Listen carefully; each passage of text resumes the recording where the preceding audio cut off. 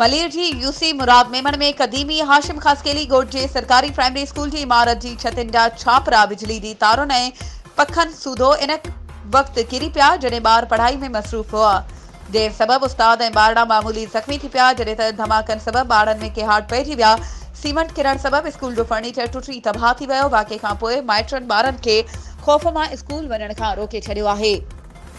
इन वक्त स्कूली इमारत एतिरो ख़तरनाक थी वई आहे जो कंहिं बि वक़्तु किरी सघे थी।